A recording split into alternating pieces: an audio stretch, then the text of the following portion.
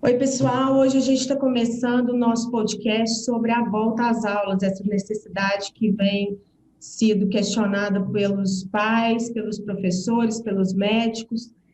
Hoje a gente vai ter aqui para debater com a gente o professor de filosofia, o Elivar Júnior, professor da rede pública, a doutora Maria Olímpia, médica pediatra, o doutor Lincoln, que é presidente da Confederação Ibero-Latino-Americana e do Caribe de Associações Médicas, para a gente falar um pouco sobre essa questão e sobre o que a gente deve esperar para esse ano de 2021, né?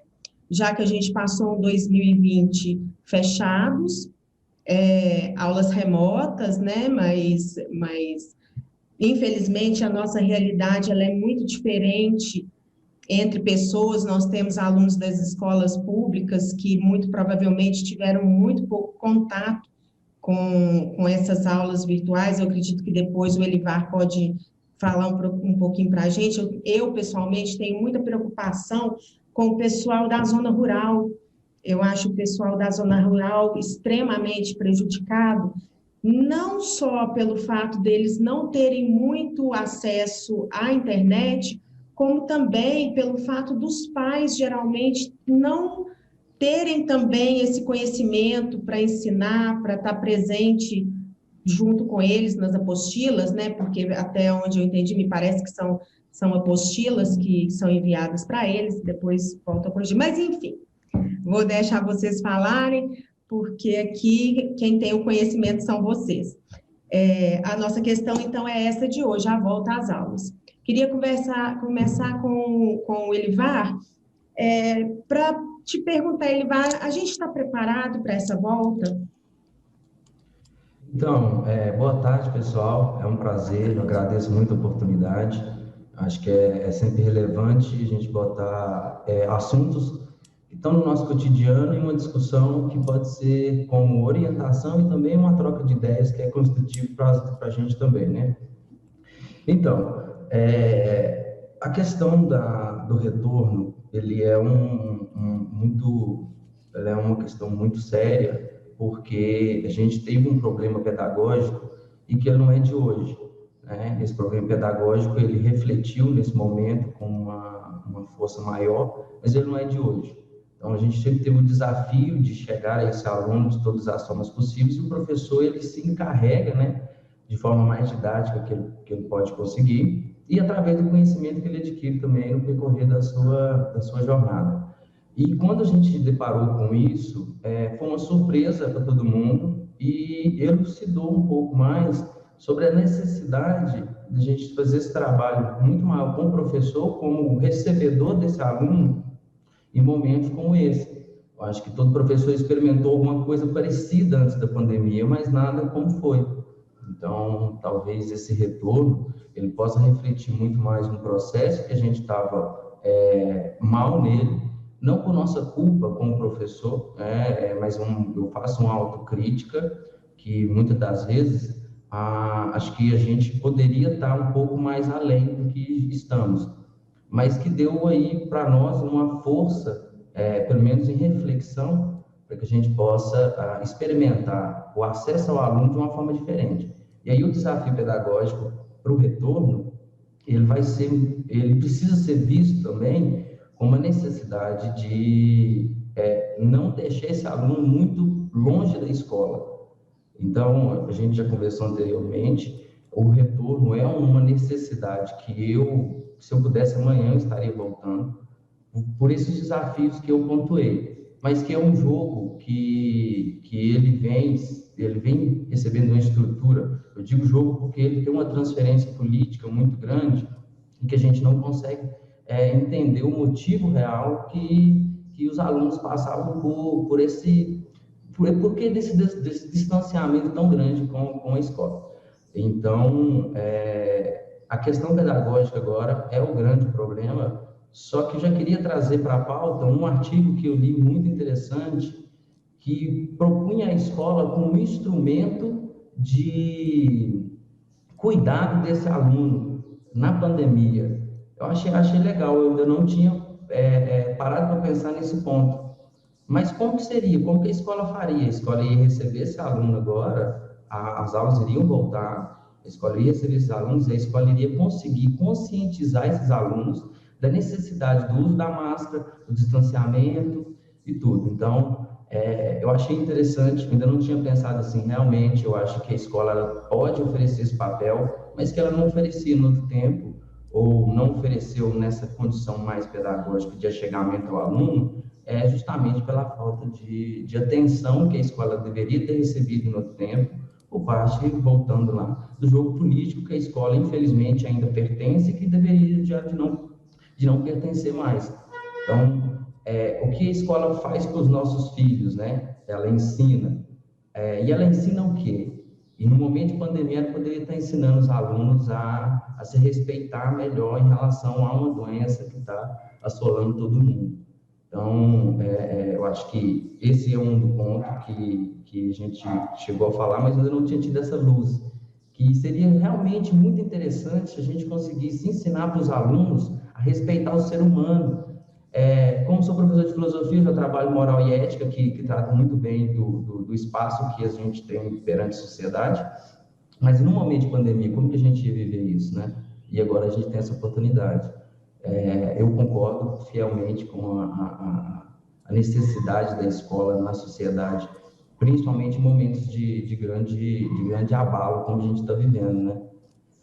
Mas será que em questão física, as escolas têm a escola vai conseguir absorver esses alunos?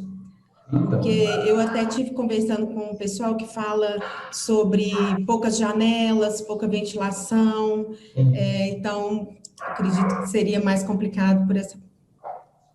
Nós temos um problema que ele é crônico. Esse problema é crônico porque ele inclusive tem, os professores já fizeram levantamento, já enviaram para alguns deputados nossos aqui da região, tratando dessa dificuldade com a lotação das salas em relação ao número de alunos e o tamanho das salas. Então, as salas estavam sempre muito lotadas, salas com uma estrutura física ainda ou muito precária ou ruim. E o que acontece? Para a gente receber esses alunos, existe uma possibilidade. Inclusive, eu falei sobre a questão intercalada, porque nós vamos pensar agora, qual que é a necessidade maior nossa? De um controle. Esse mesmo artigo, o escritor, ele diz o seguinte, nós conseguiríamos segurar esses alunos no ambiente que eles não iam estar participando de mais contágio. Aí eu penso, tá, ok, seria maravilhoso, mas as nossas escolas não têm estrutura. Agora, como nós podemos pensar isso então? Vamos diminuir o número de alunos? É uma coisa que a gente já tenta há algum tempo. Seria possível? Muito difícil falar disso hoje. Por isso que o problema ele se torna um pouco ou tão grande quanto realmente a gente deve observar. Seria fantástico se aquilo que eu falei anteriormente a gente pudesse efetivar, né? Só que aí a gente, no primeiro momento, já bate de frente essa questão estrutural, física, que vai ser um problema que, para não sei quanto tempo, porque as nossas escolas são construções antigas, que recebem muito pouco investimento para alguma mudança maior. Então, realmente, o problema ele passa por uma necessidade de tentar educar as pessoas no momento que eles precisam de se respeitar, para um momento de estrutura física que volta na questão política, porque a gente precisa de recurso para poder fazer essas coisas, né? A gente conseguiu o Fundeb aí o ano passado, né? Por mais algum tempo, mas ainda está muito aquém. E a pandemia desnudou isso, né? Botou assim, escancarou a diferença que a gente tem. E voltando nos alunos da rede da zona rural, esses alunos eles não tinham acesso à internet, né, no dia a dia, e eles precisavam de no primeiro momento já ter esse acesso, né? E aí a gente já viveu esse problema de como que eu vou responder para o aluno que ele deve continuar estudando de uma forma que ele não tem acesso. E aí Desanima, agora né? é difícil, mas acho que a gente tem como fazer alguma coisa, porque eu acredito que no final das contas a gente vai conseguindo enxugar, e temos que ter uma estratégia mínima. Hoje, por exemplo, as nossas salas são salas grandes, mas são salas escondidas. Quem conhece o colégio sabe disso, quem conhece, né, o São José sabe disso. São salas que, algumas salas estão escondidas, né, como é uma construção muito antiga. Essas salas são inapropriadas para um momento como esse, ter alguém dentro dela, que fosse o mínimo de pessoas. Então, como que a gente vai lidar com isso? Eu, com sinceridade, com a demanda que a gente tem de alunos, seria muito complicado. Mas nós precisamos ter cabeças boas agora para poder pensar isso, porque as nossas possibilidades e oportunidades estão tão poucas, né? Acho que se a gente não consegue voltar, já ficou claro que a gente teria uma dificuldade muito grande em conseguir atrair esse aluno. Eu vou te ser sincero, o final de ano foi muito complicado, pior do que o início, porque atrair esse aluno para um momento que já começou a saturar, precisa de uma motivação muito grande. E essa motivação pode vir de pessoas que a gente já sabe quem que é, são os professores. E aí a gente volta na estrutura de toda a educação, pelo menos mineira, posso falar dela, que os professores eles têm muito pouco incentivo para que a sala de aula fosse um lugar melhor da vida dele, que é o que eu acho que o professor tem que ter. Ele tem que entrar na sala de aula e entender que a sala de aula é o melhor lugar que ele pode estar naquele momento. Doutor Lincoln, tem uma pergunta para o senhor na questão da transmissibilidade. As escolas, elas realmente são um problema sério para isso? Bom, gente, agradecendo aí a oportunidade, cumprimentando o meu caro Elivar pelas suas palavras, pela sua lucidez. Eu acho que responder essa pergunta seria uma simplificação muito grande. Eu vou me permitir fazer aqui uma reflexão, tá? Eu não sou educador, eu sou um médico. Eu não tenho conhecimento sobre estrutura de colégio, nem sobre estrutura de sala de aula, mas o meu caríssimo professor Elivar demonstrou que tem bastante conhecimento. E a reflexão que nós trazemos, no fundo, é o seguinte: estamos diante da doença nova? Sim, é das poucas coisas que se sabe com certeza a respeito da Covid-19. Trata-se de uma doença nova. Porém, o agente infeccioso é novo? Não. O SARS-CoV-2 é porque existe um SARS-CoV-1, que é o vírus do chamado sofrimento agudo ou angústia respiratória aguda, e que vem causando problemas para o ser humano já faz tempo, né? Então, o ser humano convive com outros tipos de coronavírus já faz algum tempo. As doenças infecciosas, o próprio nome já diz, são infecciosas. A maioria desses vírus respiratórios segue padrões relativos à sazonalidade, às épocas do ano. A maioria desses incide predominantemente em épocas de inverno, onde o frio e a falta de umidade propiciam a infecção. Vários deles, tá, causam problemas infecciosos. Aí eu já entro na questão da criança, problemas infecciosos na criança, complicações diversas, meningites, etc. e tal. Portanto, é curioso que, assim, ao mesmo tempo que nós estamos lidando com a doença nova, nós, do ponto de vista de doença, não tem nada de grande novidade. A grande novidade talvez seja, e por isso que eu saúdo mais uma vez o professor Elivar pelas suas palavras, você ser obrigado a repensar a escola, né? Ou seja, a escola ela já estava construída de forma inadequada, segundo as próprias palavras dele. Já tinha gente demais dentro de sala de aula. As condições, salas ocultas, salas pouco ventiladas, isso não é um problema da Covid, isso é um problema da nossa estrutura educacional. Isso tem que ser discutido, e é um momento muito bom para que se discuta isso, porque os trabalhos mais recentes, eu cito um aqui da Suécia, né, o pessoal fez um levantamento do que ocorreu com jovens de 0 a 16 anos nos meses de outubro, novembro e dezembro de 2019, ou seja, pré-Covid. e pegou o mesmo período, posteriormente, e verificaram que lá na Suécia são cerca de 1.950.000 pessoas nessa faixa de idade, morreram 60, entre aspas, crianças antes e depois. Ou seja, o primeiro ponto é que a Covid não causou alteração no número de mortes, nem no número de angústias respiratórias. Aí, esse mesmo professor foi para dentro das UTIs e verificou quantas crianças se internaram. Lembrando que a Suécia fez distanciamento social, não obrigou o uso de máscaras e nem fechou a escola em momento nenhum. Tá? 15 crianças internaram nesse período, até abril, junho, até o final do período letivo lá, que é 30 de junho. Dessas crianças, 4 tinham condições prévias, tipo leucemia ou problemas renais, e nenhuma morreu. Algumas ficaram bastante graves, mas nenhuma morreu. E entre os professores, não foi verificado nenhum caso de maior gravidade da referida Covid. Portanto, existe uma sucessão de dúvidas nesse aspecto, e aí a Maria Olímpia é pediatra, é mais da especialidade dela, ela vai dizer a respeito dessas dúvidas, tá? Consequentemente, e aí eu chego finalmente na resposta, né, no fundo, saber, nós não sabemos.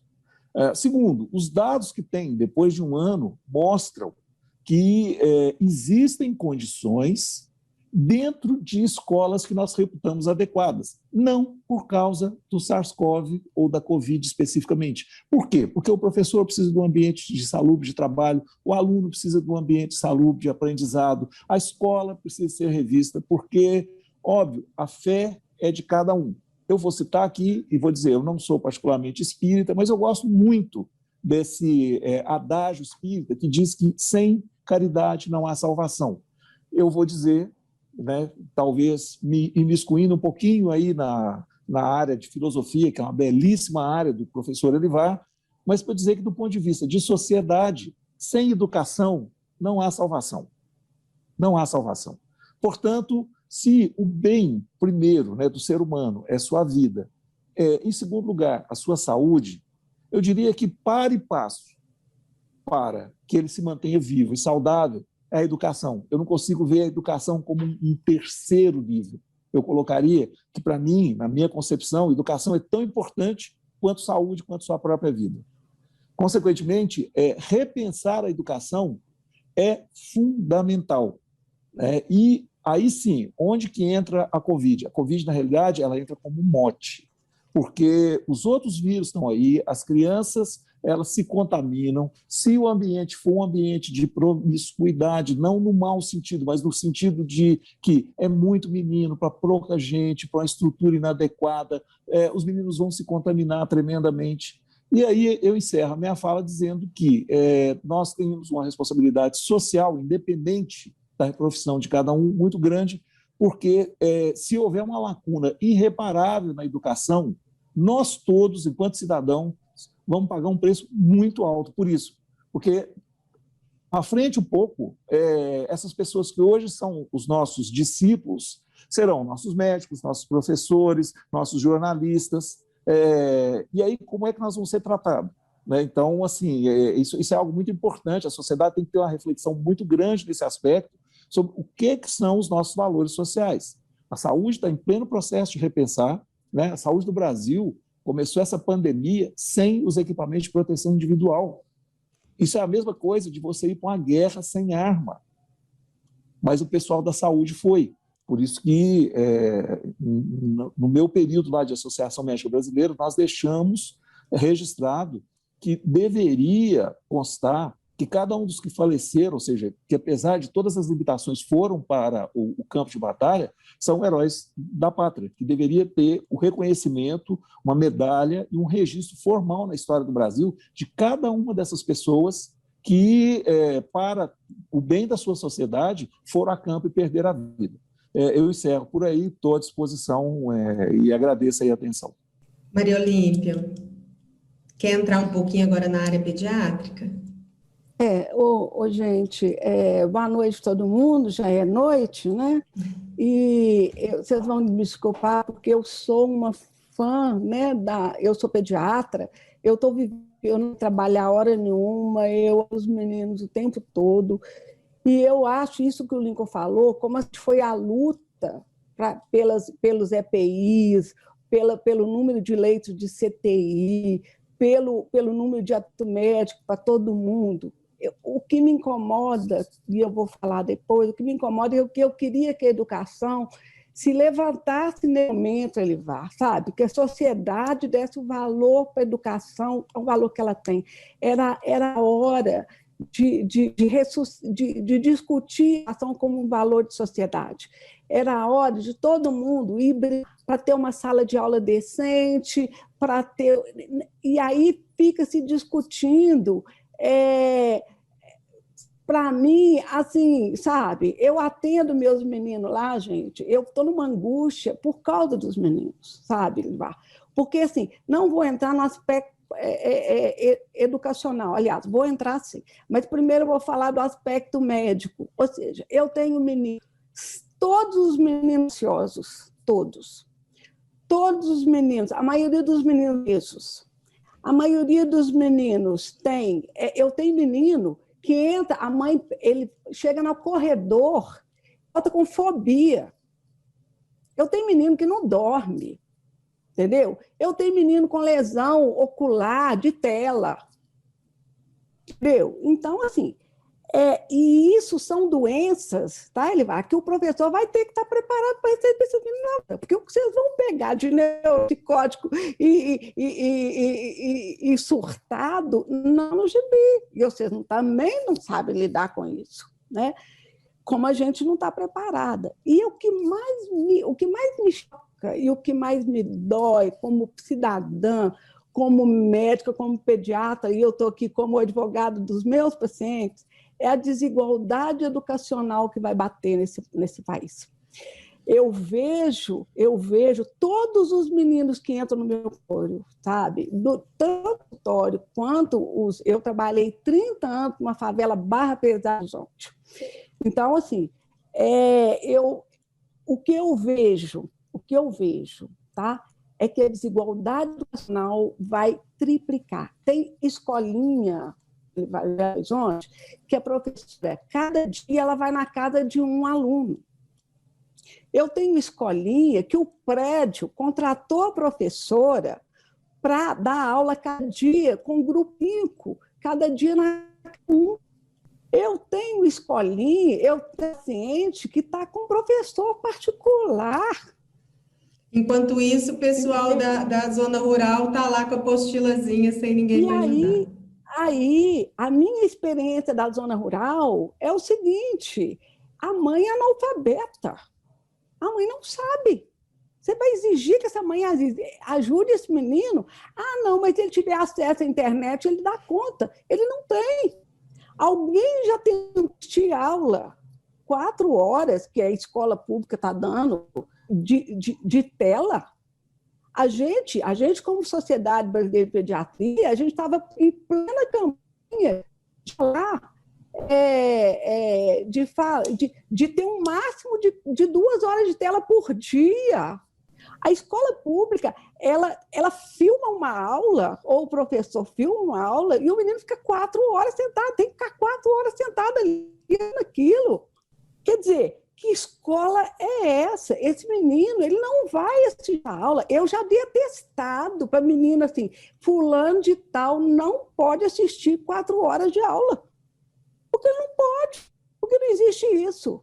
Entendeu? Eu vejo escola reversa, tem escola particular em Belo Horizonte, faz escola reversa, é ensino individualizado, ou seja, o aluno ele vai lá e o professor sabe, pelo tempo que aquele menino levou para fazer aquele exercício, qual que é a dificuldade dele.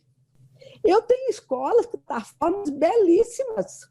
Cadê o movimento para sacudir a escola pública, para sacudir a sociedade? O Enem esse ano teve 50% de abstenção.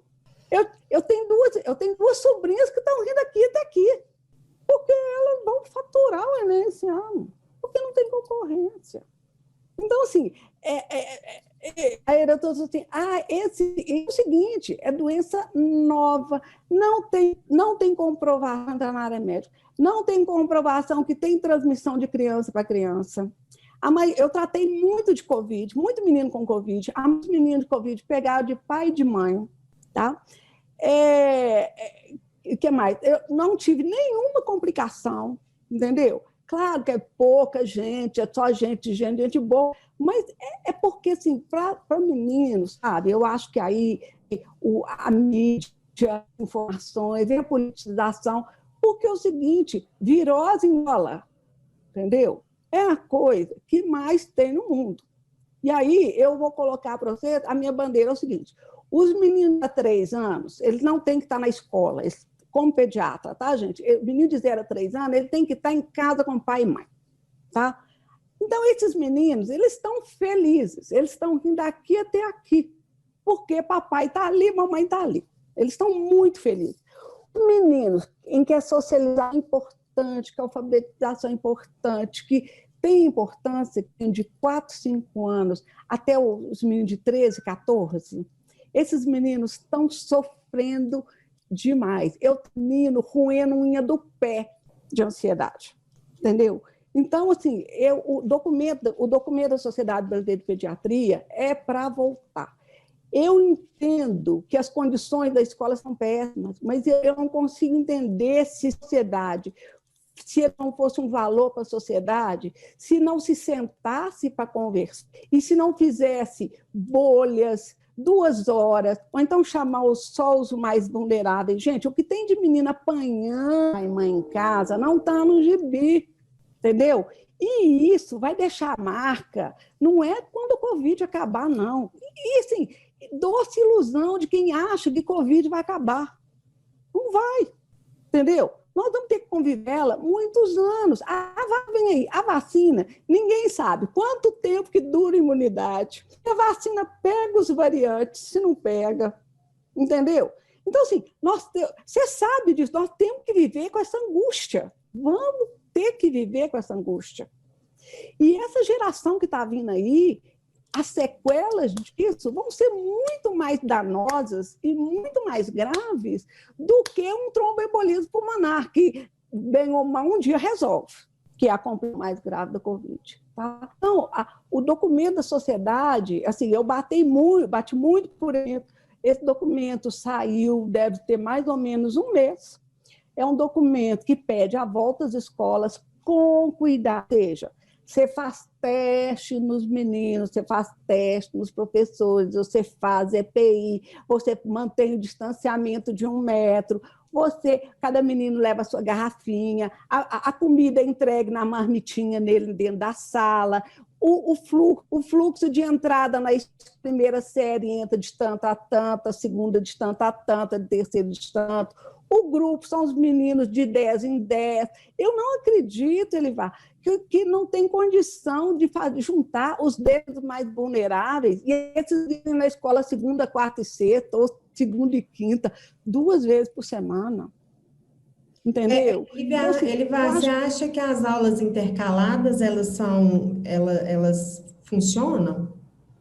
Então, eu tenho uma crítica, porque eu sou professor de filosofia e, como já é de conhecimento de vocês, ou se não é, agora vai ser, eu só tenho uma, ou então, como foi o ano passado, que houve uma mudança na matriz curricular, eu teria 2 aulas por semana. O que acontece? Eu encontrava com os alunos, então, 4 vezes por mês, 1 vez por semana, e eu não conseguia promover quase que nada que dependesse da aula anterior, sabe? Eu tive essa dificuldade desde o meu início no estado. Eu tive muita dificuldade de conectar uma aula com a outra. Por quê? Eu tinha uma aula, por exemplo, no último horário da sexta ou da quinta-feira, e o menino ia me ver na outra quinta-feira, pô. Eles lembravam de mim, porque a aula de filosofia é sempre uma coisa maravilhosa. E não é porque eu sou professor de filosofia, não, porque eu já gostava antes mesmo de exercer. Então, assim, eu vejo essa dificuldade de criar essa conexão. Só que eu já quero entrar noutra questão, que não foi o que você me perguntou sobre as aulas intercaladas, mas é o que pode nos comprometer em relação às aulas intercaladas.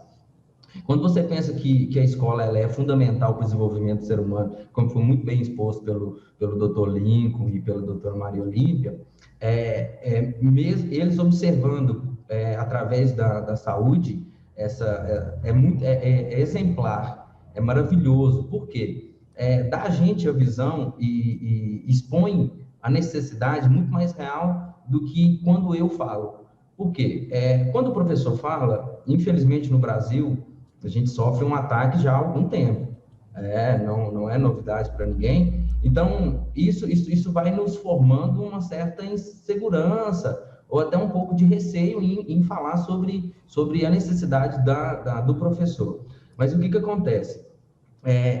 A escola ela é um instrumento de socialização dos alunos que deveria ser muito, muito mais levado a sério. E esses alunos que, igual a Maria Olímpia expôs, eu me seguro para não me emocionar, porque é triste, sabe? Eu acompanho os meus meninos e eu adoto eles. Tanto que quando eu vou dar aula para eles, eu falo, pô, fui adotado por vocês. Porque como eu tenho 26 anos, normalmente os nossos alunos da EJA são alunos mais velhos um pouco. Mas eu vi o que a EJA fazia com as pessoas, sabe? A transformação.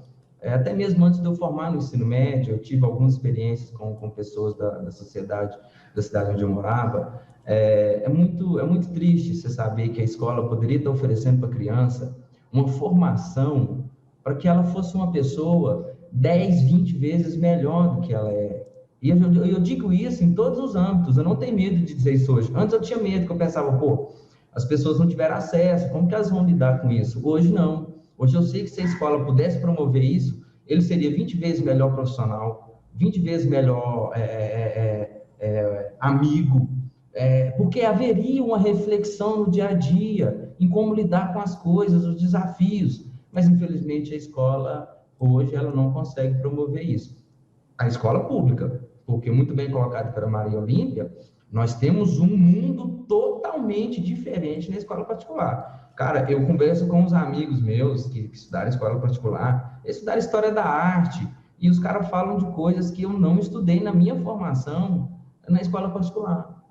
Aí você pensa, pô, a educação ela não deveria de ser contempladora, ela não deveria de alcançar todos os nichos? Exatamente, é disso que a gente está falando. Só que quando um professor, desde a formação do professor, existe ali aquela desvalorização, é impossível chegar numa soma que você vai ter um número alto.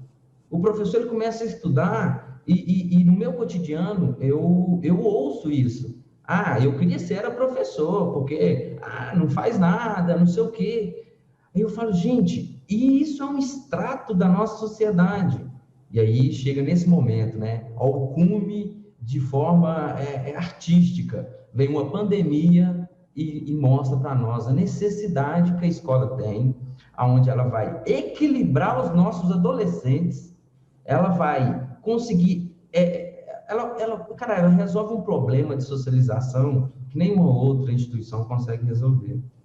Então, voltando na pergunta, por isso que eu acho difícil essas aulas intercaladas, mas, como anteriormente eu falei, eu acho que há uma necessidade agora maior, com base em estudos, de se oferecer um meio termo para a gente tentar resolver um problema que pode se tornar maior ainda num futuro breve. Eu tenho essa previsão, e que não é muito boa, mas enfim.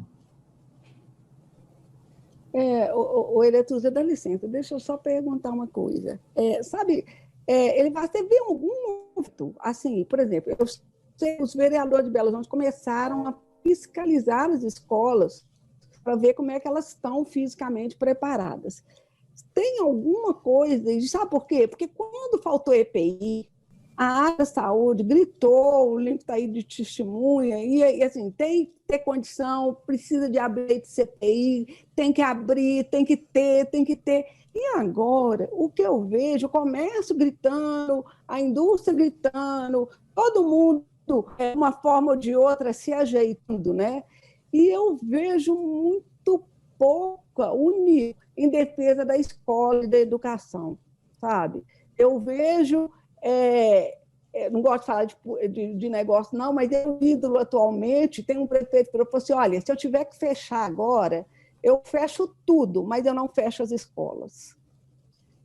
Aquilo ali, para mim, foi música no meu ouvido, sabe? Porque, assim, de repente, alguém atinou, meninos, tem um ano, e eu acho que a chance que a escola tem de lutar para melhorar a escola, para melhorar o método de ensino, para adquirir qualidade. Eu vejo muita gente discutindo assim, depois da vacina. Não é só depois da vacina, não. Vamos aproveitar e vamos sair dessa pandemia com algum ganho, né? Eu não estou falando em pedagógico, né? Se você tiver internet, você espera. Eu estou falando do psicológico desses meninos, da condição da escola, que eu acho que a gente tinha que ter um movimento de luta pela escola e pela educação, sabe? Eu acho que é isso que eu queria que você falasse um pouquinho para a gente. Eu concordo com esse ponto, né? A relevância desse ponto. E eu já quero aproveitar, como vocês são médicos, vocês tiveram essa disciplina na formação da psicoanálise, vocês sabem muito bem do que é que eu estou falando. E eu tive a felicidade também de estudar, né, por minha conta mesmo, e tive algumas aulas com um instituto aqui mesmo em Minas Gerais, e eu sei do que é essa questão, o efeito que pode causar e o que está causando. E aí quem recebe esses pacientes é você, né, Maria Olímpia? Então, tem muito mais condição para expor para a gente essa dificuldade que está sendo a ausência da escola né, ativa e presencialmente. O que acontece? A gente tem, aquela hora que a ligação, que a conexão caiu, então, a gente fez um movimento muito mais forte na política. Eu vou voltar a falar porque nós temos um representante aqui do Estado, que é a Beatriz Cerqueira, e a Beatriz, ela se comprometeu desde o início do mandato em nos ajudar.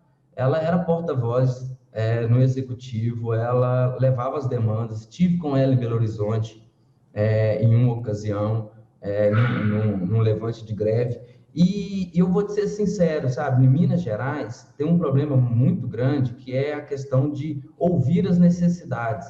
E não vem de agora, já é muito antigo. E agora a gente volta no mesmo momento novamente. Não se ouve as escolas de novo. Estão aí com todas as esperanças possíveis na vacina. Eu concordo, mesmo não sendo da área, que é uma esperança muito delicada, né, como você mesmo deixou aí para a gente a informação, e que a gente deve se atentar. Por quanto tempo há essa imunidade? E essas novas variantes, né, porque para quem está em casa todo dia, a informação não vai faltar e a gente continua estudando. Então, como que a gente vai lidar com isso, se só isso é a nossa esperança? É muito frágil, não é? A esperança da educação está numa vacina. É uma fragilidade muito grande, e que, infelizmente, nós vamos resolver o problema em curto prazo. Nós temos hoje a oportunidade, isso aí que você falou é fantástico, porque sempre tem que ter, né? Parece que tem que ter esses acontecimentos tão, infelizmente, tão danosos, né? Nós já estamos chegando aí em 250 mil pessoas, para que algo possa ser feito. E se a gente pudesse aproveitar a oportunidade, seria agora. Mas eu te digo, não há esse... como você falou, que os vereadores estão indo nas escolas em Belo Horizonte, no interior de Minas não está acontecendo isso. A gente não tem uma comissão que possa estar avaliando a escola.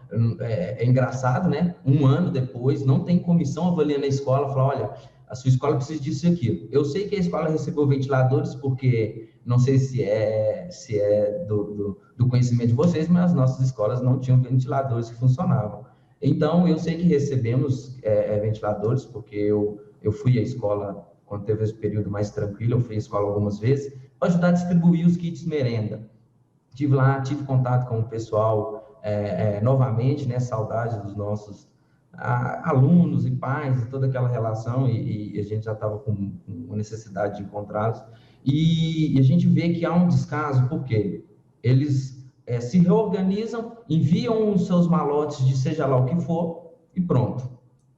Um único deputado, eu não vou citar para a gente não, enfim, nós recebemos a visita de um deputado uma vez, não era do cunho de fiscalização ou nada do tipo, e foi mesmo no ano que não havia essa pandemia. Mas e por que não veio né? Veio um deputado, eu tenho certeza que ele tem voto aqui na região, já que o cunho é político e ele gostaria de cativar o seu público novamente, venha para conhecer a estrutura das escolas, porque, infelizmente, quem pode mudar alguma coisa sem a nossa pressão seria eles.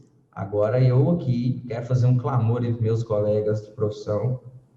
Quando a gente faz levante de greve, a gente não está lutando pelo salário somente, não. Eu acho que as pessoas poderiam, os meus colegas de profissão, os meus não colegas, mas também profissionais da educação, poderiam parar para ouvir um pouquinho, para entender um pouquinho da realidade das escolas e não ficar ali preso àquilo que está vendo ali entre quatro paredes, entre uma estrutura como é as escolas que eles trabalham. Quando a gente faz levante de greve, a gente está preocupado. E que para que esses momentos como agora não aconteçam. Em 2019, uma advogada que é professora na rede estadual e aqui colega de profissão, ela elaborou um documento, eu vou voltar a falar sobre, enviou para um deputado, mas ficou do mesmo tamanho. O documento tratava simples e unicamente sobre o número de alunos dentro da sala de aula. E aí eu agradeço muito a ela sabe muito bem que eu estou falando dela, e eu agradeço muito porque ela nos ajudou com a greve do ano passado, esteve com a gente, e nós tentávamos, sabe, de todas as formas, porque a gente sabia que esse momento ele podia chegar. E chegou. Quanto tempo nós vamos demorar para resolver isso? E não existe nenhuma movimentação por parte do poder público em começar a arrumar essas escolas, a tomar providências para um início de aula? Nenhuma... Então, até onde eu tenho conhecimento e até o dia de hoje, nós não recebemos nenhuma visita extraordinária ou até mesmo ordinária para que pudesse fazer uma avaliação das escolas. Acredito que já deve ter sido feito porque plantas de escola eles têm acesso. Agora, eu não sei por que não tomam providências né, quando é necessário. Porque a gente passa 2, 3 anos com equipamento ruim. Eu vou contar mais, equipamento travado em superintendência, porque não foi disponibilizado. Equipamento tecnológico. Ou seja, você tem um computador que ele defasa dentro de 4 anos, ele fica 2 anos parado na SRE para depois chegar. Então, a única coisa que fica claro para mim é que eles não estão muito preocupados, infelizmente. Então, quem tem que se preocupar? Eu, como profissional da educação, como professor, vou reiterar, eu amo a sala de aula, e eu chego lá e aquele é o melhor lugar do mundo para mim, eu gostaria de ficar ali o tempo todo. Mas, infelizmente, eu ainda sou um ser humano e eu sofro com as consequências, como mesmo o doutor Lincoln falou, eu preciso de um lugar salubre para que eu possa trabalhar, os alunos precisam, e a gente não tem isso. Acho que nós tivemos momentos piores, mas está muito aquém, e agora, infelizmente, a gente vai sofrer um desafio que ele está quase intransponível a curto prazo. Eu não sei como que a gente poderia lidar a curto prazo. Agora, pensando aí, então, a estrutura, que é a primeira coisa que vai interferir, pelo menos um deputado estadual, a comissão de frente da Covid, já poderia ter visitado as escolas e apresentado alguma coisa. A Secretaria de Saúde também, de Educação, também precisava ser mais efetiva, né? Nesse sentido de buscar essa ajuda, porque a gente sabe que Brasil é Brasil e a ajuda não vem de graça. Se você não for atrás, ela não vai chegar mesmo. Não vai. A nossa luta, ela não é só legítima pelo que a gente busca, mas ela é legítima historicamente. Se não tivesse havido um rompimento mais brusco, em outro momento, a gente não estaria aqui onde nós estamos hoje. A gente já sabe disso muito bem, todos os processos históricos que nós tivemos foi basicamente. Gente, Elivar, só um minutinho, só para falar. Eu acho que mais do que o que eu estou preocupada é que quando a gente...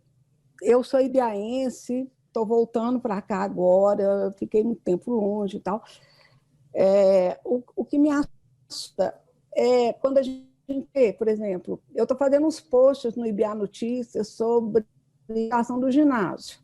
Eu não sei se você viu, mas é muito interessante, né, Letusa? Ou seja, porque eu achei lá no IBA Minha História e Memória um movimento dos alunos, que cada um levava um tijolo para fazer a construção do ginásio. Ou seja, mostrou que a educação era um valor para a sociedade dessa cidade.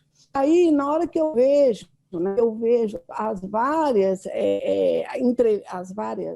pesquisas políticas da cidade, que coloca saúde e geração de renda como as coisas mais urgentes nessa cidade, e que não se menciona educação, eu levei um susto, mas um susto, porque hoje em dia, e na hora que eu vejo essa desigualdade educacional que vai ver, nós já temos um mercado de trabalho aberto que não tem mão de obra qualificada.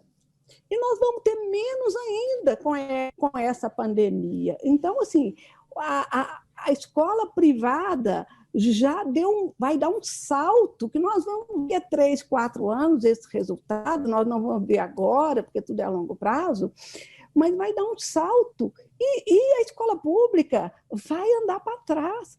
Isso que você falou, fazer os meninos voltarem para a sala de aula, esse é o desafio da sociedade. Então, assim, mais do que eu vou te propor a proposta que eu estou levantando aqui agora, mais do que a gente fazer eu sei lá, chamar deputado, porque eu acho que a gente tem que fazer um movimento, entendeu? Para tornar a educação um valor da sociedade, entendeu? Então, assim, uma cidade que já teve, há 100 anos atrás, tinha um colégio de feira que fazia uma educação para as moças.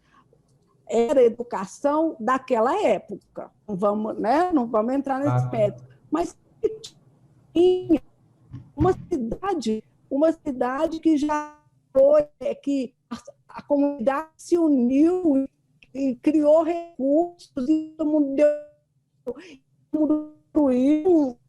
construiu uma escola. Quer dizer, isso é uma ação que morreu.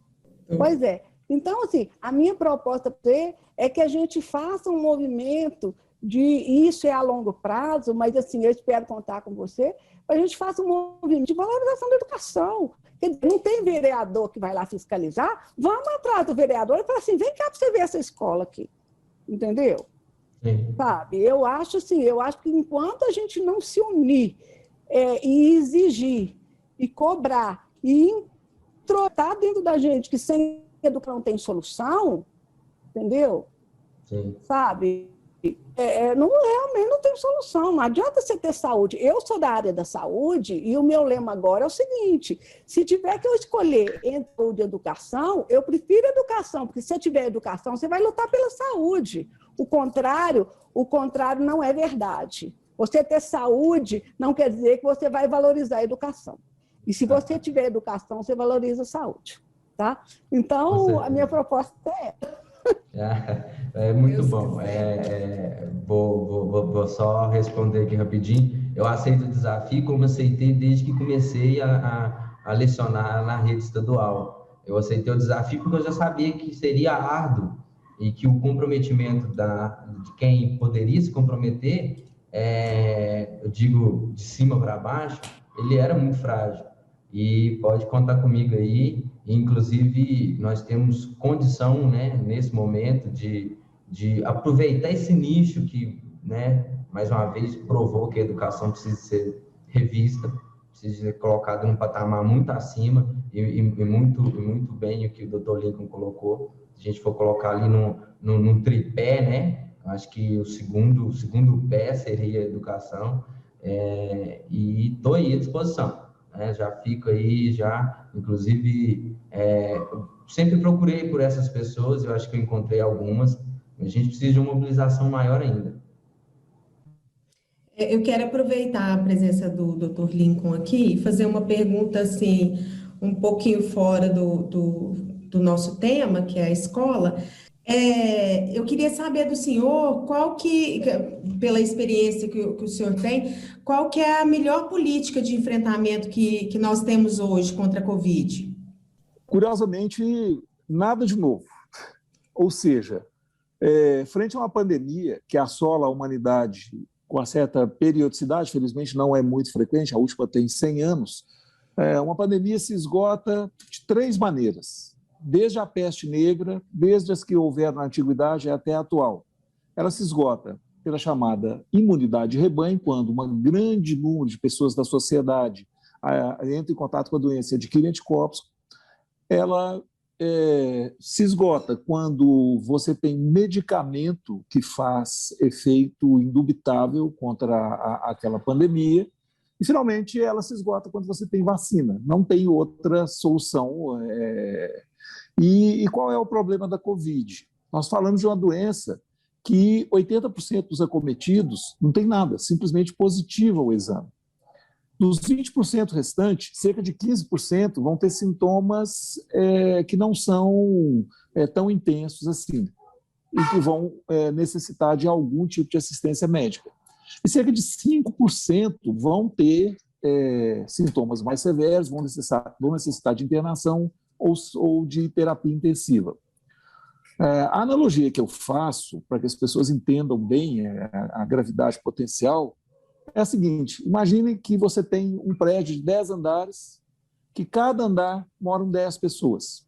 E esse prédio de 10 andares, ele tem 2 elevadores que cabem 10 pessoas em cada um desses elevadores, só que moram 100 pessoas. E, de repente, essas 100 pessoas resolveram fazer um conversamento, estão numa festa, e ali elas se intoxicam alimentarmente, tá? E passam a ter necessidade premente de usar um sanitário, só que o elevador só cabem, no total, 20 pessoas.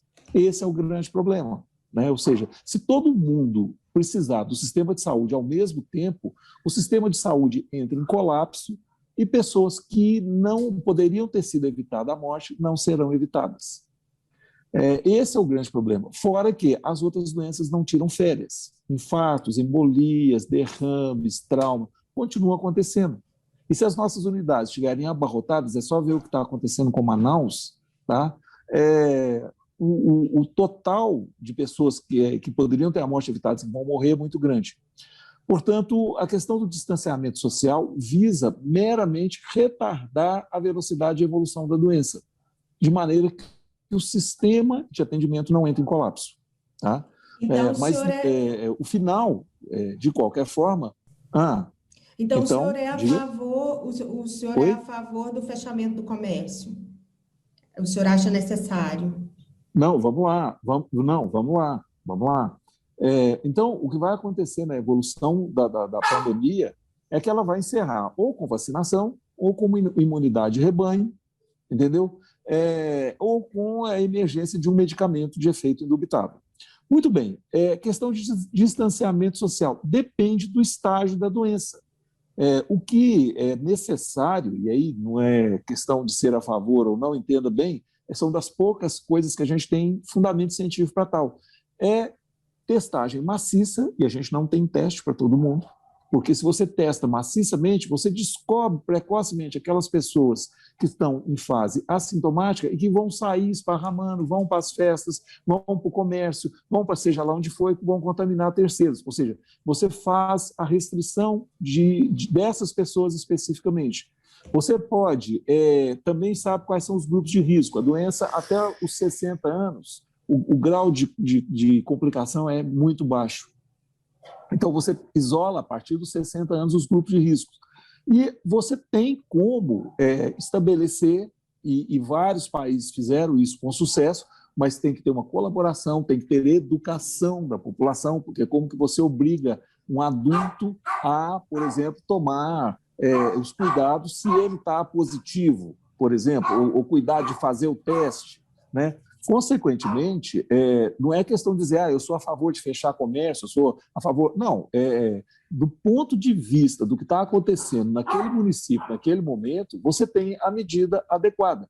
Se o município, por exemplo, tem leitos de terapia intensiva, tem ventiladores de terapia intensiva, tem a estrutura física adequada para fazer frente, né? Então, vamos pegar aqui, hipoteticamente, Ibiá. Ibiá tem 25 mil habitantes. Né? 10% são 2.500 habitantes, 5% dá 1.225. Esses 1.225 são os que precisariam potencialmente de terapia intensiva. Assim, se você tem condição de atender essas pessoas todas ao mesmo tempo, ou seja, se não vai haver nenhuma morte evitada, não precisa de fechar nada. Vamos fazer carnaval, vamos fazer festa, vamos aglomerar, vamos para jogo de futebol, etc. e tal. Por quê? Porque se eu ficar doente, eu tenho as condições de ser tratado. Lembrando que existe também uma outra questão. O fato de ter respirador e o fato de ter leito de CTI não é garantia de sobrevivência, porque é uma doença nova, e aí é aquela questão do adulto. Nós estamos em pleno século XXI, você tem acesso à informação, você explica. Meu caro concidadão, você é um indivíduo adulto, estou te explicando aqui o seguinte, meios de te atender eu tenho, mas eu não posso garantir que você vai sobreviver. Você quer correr o risco? Entendeu? Isso seria um mundo ideal. Como nós não temos esse mundo ideal, a gente não tem informação, a gente não tem teste, sequer a questão dos EPIs, dos equipamentos de proteção individual, a gente tinha no começo, a gente tem que ir fazendo a coisa com base em tentativa e acerto ou tentativa e erro. Lembrar também, né, temos um outro fator bastante complicado nessa história da Covid-19, que é uma pandemia que ela é caracterizada por um componente político exacerbado. Então, com base na minha vertente política, para direção A, direção B, direção D ou direção E, né, eu vou fazer a minha crítica. Imagine você, como ministro da Saúde, em outubro do ano passado, você compra 100 milhões de doses de uma vacina que não tinha comprovação científica. O mundo iria cair nas suas costas. Nesse momento, você estaria respondendo um processo por prevaricação, por uso indevido de recurso público. Muito bem, isso não foi feito. O ministro da Saúde atualmente responde por inepto, porque não tomou as providências a tempo, ou seja, nenhuma coisa nem outra. Ele não tinha, e nenhuma autoridade tinha como fazer reserva de medicação sem a comprovação devida, até porque não se saberia. E nós participamos do desenvolvimento, das discussões de todas essas questões, desses processos que avançaram. E isso é ciência, isso sempre foi ciência, 20, 30, 50 anos atrás. A ciência convive com a incerteza o tempo inteiro, por isso, volto a ressaltar, é profundamente necessário educação, porque a pessoa educada, ela aprende a conviver com a incerteza, ela sabe que mágica não existe e que a humanidade ela avança graças à experimentação com tentativa e acerto ou tentativa e erro. Vacinas especificamente, talvez a maior legado dessa pandemia, se realmente funcionar, e nós só vamos saber isso daqui 4 ou 5 anos, são essas vacinas à base de RNA, porque esses estudos já estavam em andamentos voltados para tratamento e cura de câncer, de vários tipos de cânceres.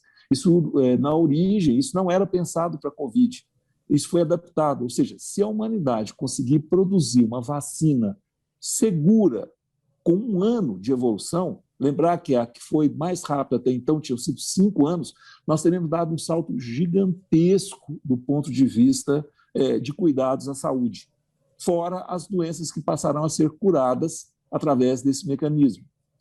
E aí eu volto ao tópico, né, que é a questão da educação.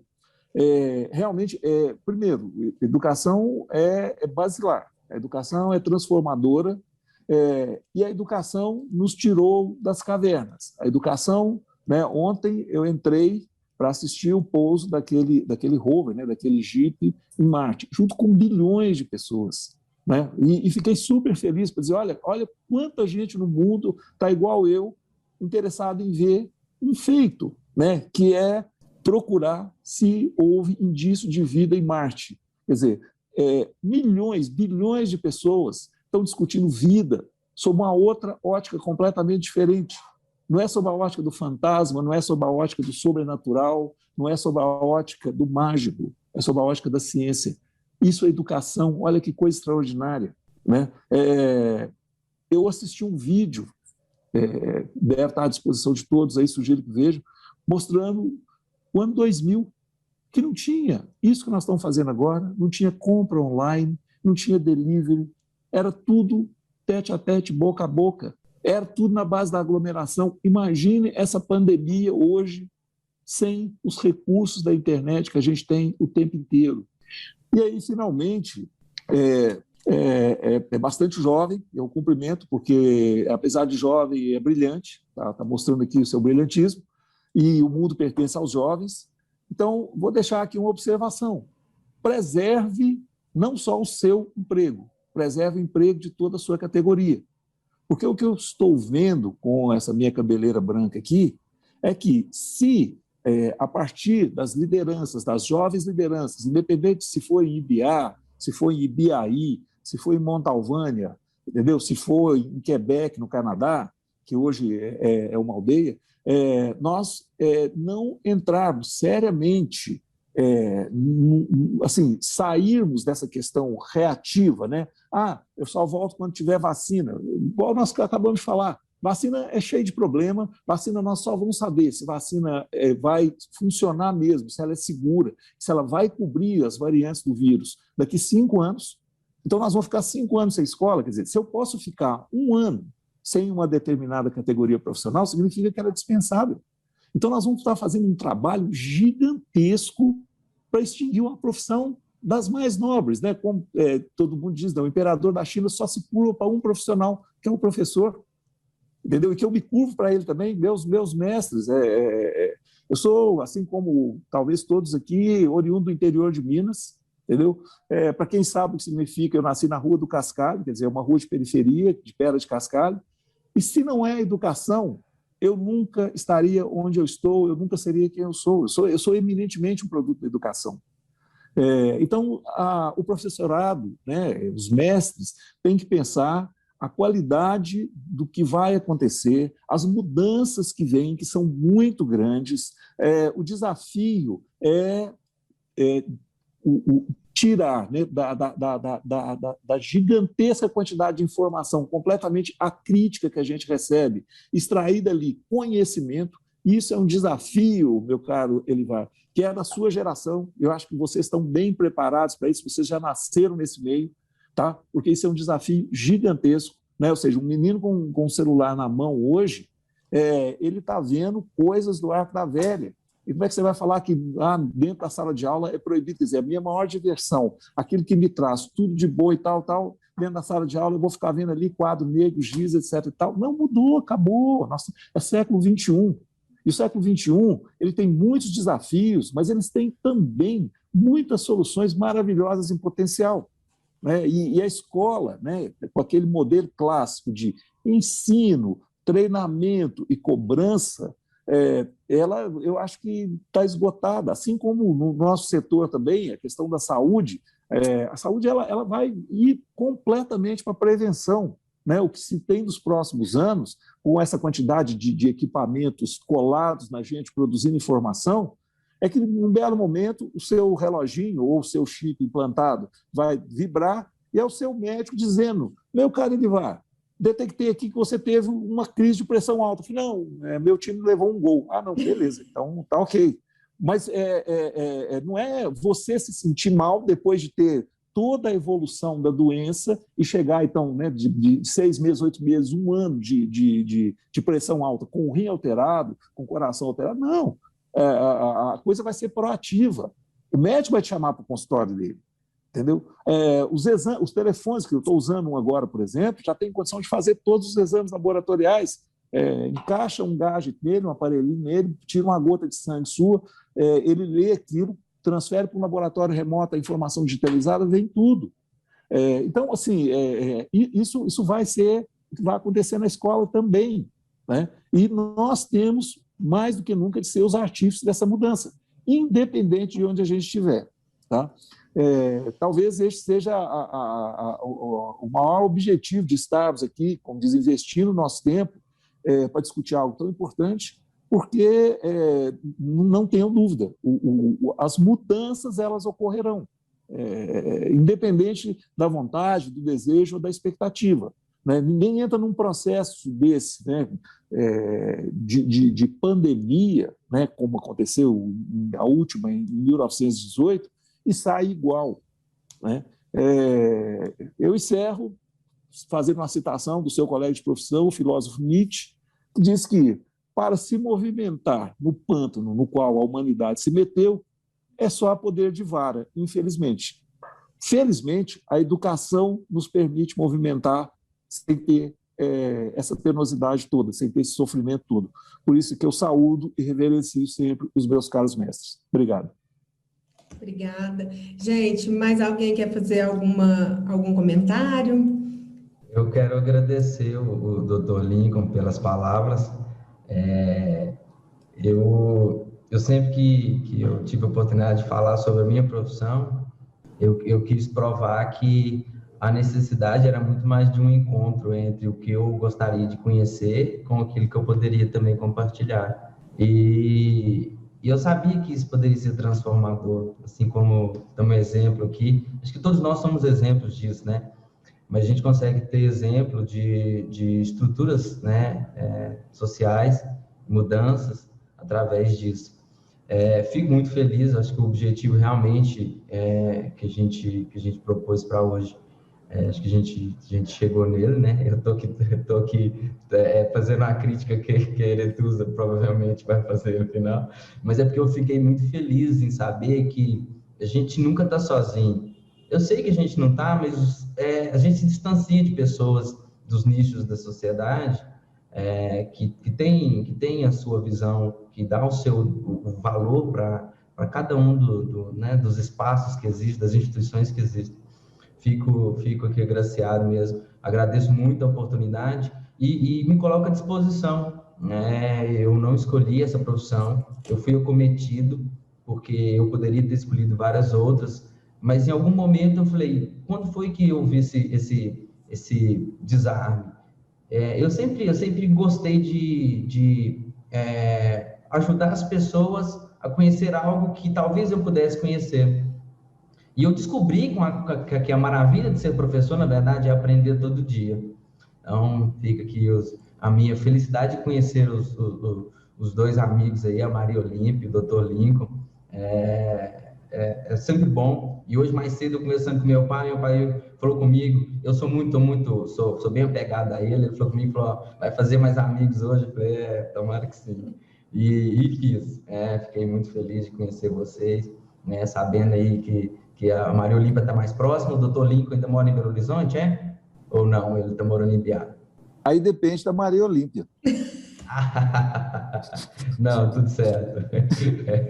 A Maria Olímpia já disse que está morando em Ibiá, mas enfim. Se ela me aceitar aqui, eu venho para cá, mas eu não sei se ela vai me aceitar. Mas eu sei que a gente não está podendo ter os encontros presenciais, mas com oportunidade, né? Eu ainda gosto do calor humano, acho que isso é tão necessário, e coloco tanto valor que a escola tem, justamente por isso também, né? Esse xingamento, o aluno que chega querendo um abraço do professor, a gente está ali à disposição para dar um abraço. E isso me emociona muito, mas, enfim, fica o meu abraço para vocês também, mesmo que virtualmente, e foi um início de noite, um começo, um meio de noite, muito feliz para mim. Obrigado. Eu vou falar o seguinte, eu quero agradecer primeiro a Eretusa pela oportunidade, porque é um tema que a gente sabe que é polêmico, que não tem uma resposta pronta ainda, mas é um tema que eu quero colocar em pauta. Eu acho que se a gente não começar a discutir, a coisa não vai andar. Então, eu quero agradecer a oportunidade, eu quero agradecer muito o Elivar, que eu já conhecia de nome. Eu acho que a gente vai ter uma reunião presencial mesmo, porque nós estamos querendo... Eu sou muito grata à cidade, eu aprendi a ler aqui, eu estudei no grupo, no Margarida Dias, então, assim, eu acho que a minha família sempre foi uma família que lutou pela educação na cidade, né? Eu tenho Pedro... o Zé Dias, a Margarida Dias, o Pedro Dias. Acho que a gente tem uma responsabilidade com essa sociedade, as minhas gerações passadas. E aí eu queria muito poder contar com você, e que você conte com a gente, porque a gente precisar para colocar o tema educação na sociedade baiense. Ou seja, nós vamos lutar para ter uma educação de qualidade, mas que isso seja um valor intrínseco da sociedade. Eu acho que é isso que a gente tem que batalhar. E eu estou contando com você, vou te procurar. Tá ok, conte comigo mesmo. Pessoal, então, primeiro não preciso nem dizer, né, que foi uma reunião incrível. Eu acho que a gente conseguiu transformar um assunto que todo mundo incendiou, né? Todo mundo fez questão de incendiar a rivalidade entre o posicionamento médico com o posicionamento do professor, com o posicionamento dos pais. E aqui eu acredito que hoje a gente conseguiu entender uma coisa: todo mundo é a favor da educação, todo mundo é a favor da educação e da volta, mas a volta com segurança, e ao mesmo tempo a gente conseguiu buscar essa interação, que eu fiquei muito feliz, porque eu conheço o trabalho da Maria Olímpia no Transformação, né? E agora, conhecendo o Elivar, eu tenho certeza que eu acabei de juntar duas pessoas que vão dar trabalho nessa cidade. Eu acho que o bicho vai pegar a hora que vocês dois resolverem colocar a mão na massa e lutar por essa educação. A gente vai conseguir fazer uma educação bem melhor. Agradecer imensamente ao Dr. Lincoln, muito esclarecedor, todos os posicionamentos, né? E eu queria até ressaltar uma fala que o senhor deu em questão de informação, que hoje as pessoas elas têm muita informação. O problema é que as pessoas não têm a educação, né? A partir do momento que as pessoas tiverem a educação, não vai ser necessário uma lei seca, não vai ser necessário um fechamento de comércio, eles vão conseguir trabalhar eles mesmos dentro da limitação de cada um, né? Eu acredito. Então, eu agradeço infinitamente, eu espero que a gente possa se reunir novamente, qualquer hora dessa, bater novos papos e levar informação com segurança e sem briga, né? Transformar um assunto agradável. Meu muito obrigada a todos vocês. Um beijo, gente, e até terça-feira que vem. Terça-feira que vem a gente está de volta com mais um podcast que a gente ainda não fechou, mas logo, logo eu já aviso para vocês aí. Vamos lá no YouTube, vamos dar aquela curtidinha, fazer a inscrição, tocar o sininho e tamo aí, beleza? Um grande beijo para todo mundo. Até mais.